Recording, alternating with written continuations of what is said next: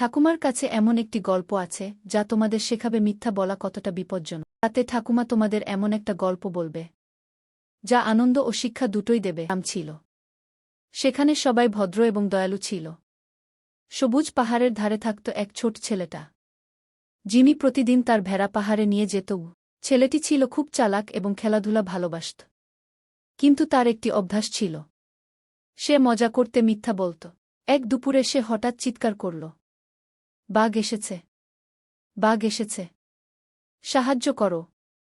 গ্রামের লোকেরা দৌড়ে এল। কিন্তু কোথাও বাঘ ছিল না। ছেলেটি হেসে বলল, আমি মজা করছিলাম। গ্রামের মানুষ রেগে গেল, কিন্তু তারা আবার ঘরে ফিরে গেল। কয়েকদিন পরে ছেলেটি আবার চিৎকার করল, বাঘ এসেছে! সাহায্য করো! এবারও গ্রামের লোকেরা দৌড়ে এল। কিন্তু আবারও বাঘ ছিল না।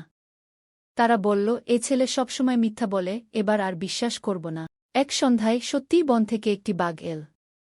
ছেলেটি ভয় পেয়ে ছটফট করতে লাগল। ভেড়াগুলো তার চারপাশে ঘুরছে। আর সে সত্যিই বিপদে পড়ল। ছেলেটি চিৎকার করতে লাগল, সাহায্য করো! বাঘ এসেছে! কিন্তু কেউ বিশ্বাস করল না। গ্রামের লোকেরা ভাবল, এ তো আবার মিথ্যা বলছে। আর কেউ এগোল না। ছেলেটি একা বসে কাঁদতে লাগল। সে বুঝল, মিথ্যা বললে মানুষ বিশ্বাস হারায়। এমনকি সত্য কথাও আর কেউ বিশ্বাস করে না।